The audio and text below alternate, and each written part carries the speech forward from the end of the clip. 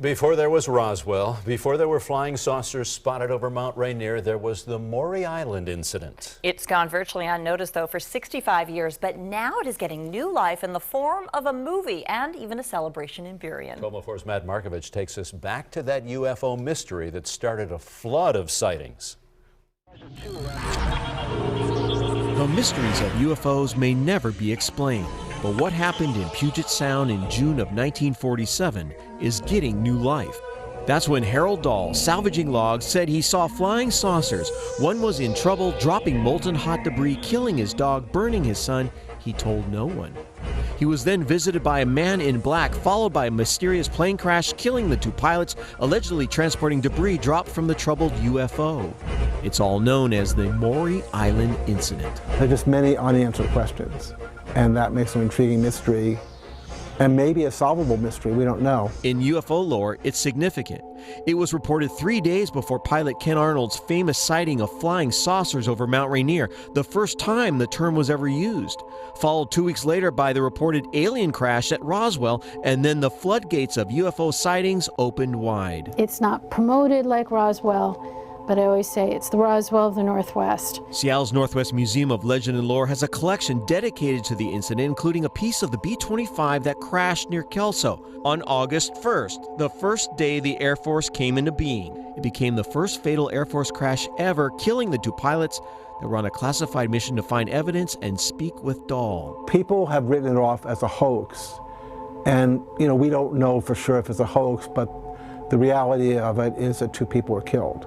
And that is definitely not a hoax. I knew it. This is an alien, and you guys are from some government agency trying to keep it under wraps. No.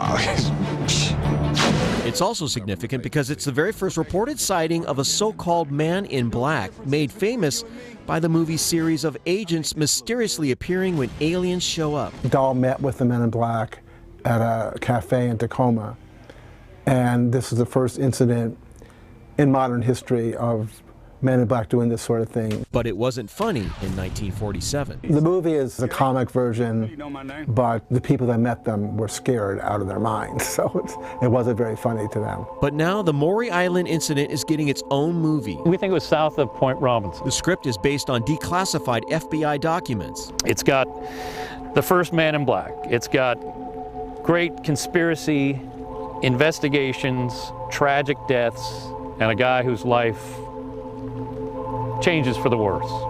So that's going to work for the top. In typical UFO buff fashion, the film's executive producer is building a flying saucer to crash into a 1947 Buick Roadmaster, the original Man in Black car. Building a flying saucer on top of a car is okay in your mind, but quite frankly, I'm overwhelmed.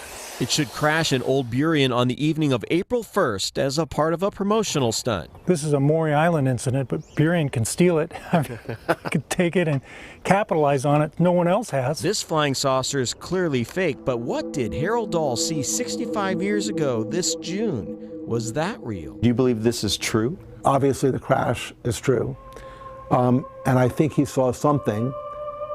We just don't know what he saw, and that's the real mystery. Matt Markovich, KOMO 4 News. Harold Dahl, the man who started it all, once said it was a hoax, but then he recanted. On Monday night, Burien will be holding the very first annual UFO Day commemorating the Maury Island incident.